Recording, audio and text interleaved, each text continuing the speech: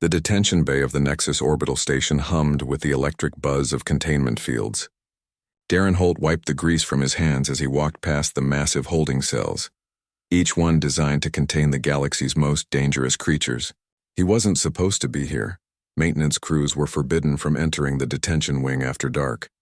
But the emergency call had come through on his personal comm, marked with a code he hadn't seen in years. The code his father had given him before he died. Darren's boots echoed against the metal floor as he approached Bay 7.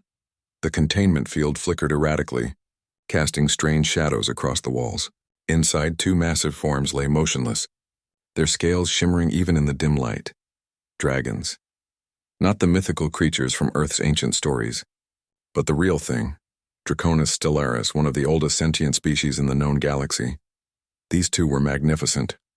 One had scales like molten silver, the other like polished obsidian. They were easily 40 feet long from snout to tail, their wings folded tight against their bodies. Thick energy collars wrapped around their necks, pulsing with red light. Darren's jaw clenched. Those collars were designed to suppress neural function, keeping the dragons in a state of semi-consciousness. Torture devices disguised as security measures. He pulled out his toolkit and approached the control panel. His fingers moved with practiced efficiency, bypassing the security protocols his father had taught him decades ago. The Galactic Council claimed dragons were too dangerous to roam free, that they hoarded knowledge and power. But Darren had seen the auction listings. These weren't prisoners of war. They were merchandise. The containment field died with a soft hiss. Darren stepped inside, his heart hammering against his ribs. The dragon's eyes remained closed, but he could see the shallow rise and fall of their chests, still alive. Barely.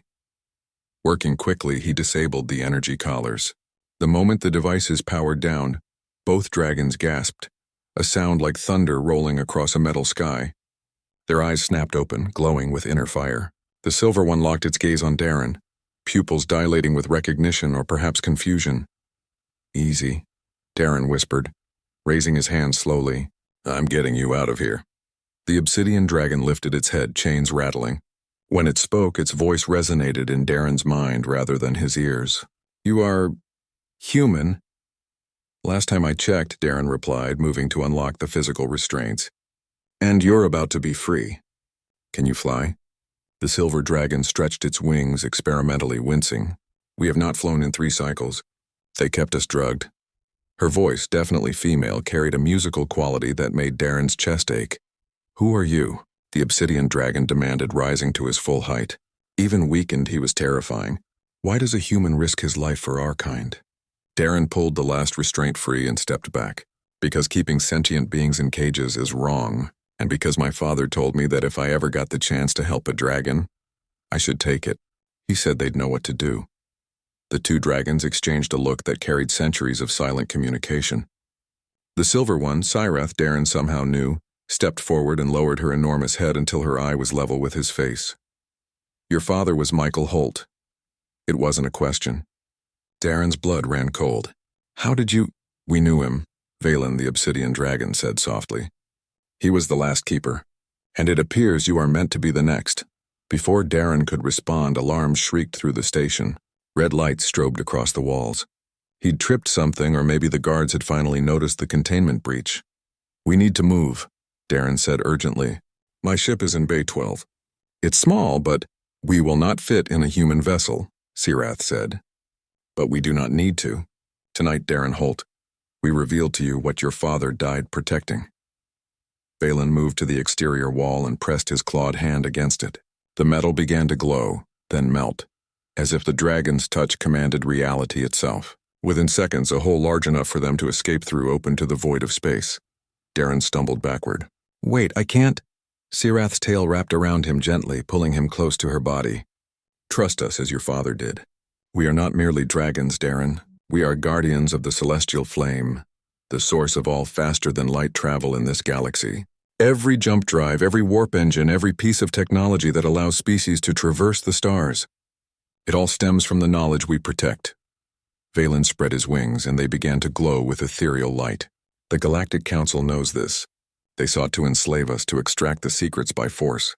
Your father helped the last Guardian escape 20 years ago. He paid for that kindness with his life. The station security forces burst into the bay, weapons charged. Darren barely registered their shouting as Cyrath launched them through the hole into space. He should have been dead instantly.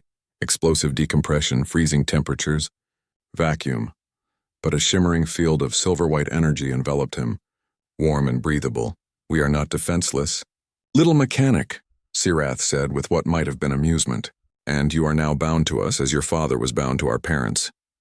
They flew through the void, 2 dragons glowing like newborn stars with a human cradled between them. Behind them, the Nexus orbital station launched pursuit ships, but they were laughably slow. Valen's voice resonated in the darkness. The secret, Darren, is this. The celestial flame is not technology. It is alive. It is consciousness itself woven into the fabric of space. Only those who swear to protect life, truly protect it, can access its full potential. Your species calls it quantum entanglement, but it is so much more. Humanity is young, Cyrath continued, violent, greedy. But your father proved that some humans understand what the older races have forgotten, that knowledge is not meant to be hoarded or weaponized. It is meant to be shared, protected, and passed on. They accelerated, the stars streaking into lines of light. Darren watched in awe as the dragons didn't just travel through space, they bent it, folded it, danced with it. Will you be our keeper, Darren Holt? They asked in unison. Will you guard the secret as your father did? Will you ensure that the flame is never corrupted, never enslaved, never extinguished? Darren thought of his father's final words.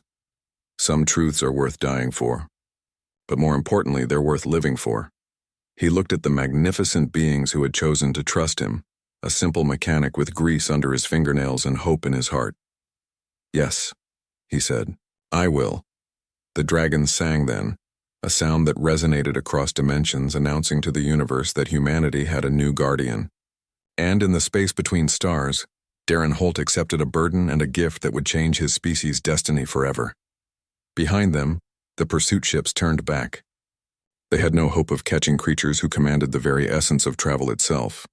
Ahead lay a hidden sanctuary, where Darren would learn the true secrets of the cosmos, not in equations or blueprints, but in the ancient bond between humans and dragons, between mechanics and mysteries, between those who seek to control and those who choose to protect. The galaxy would never be the same.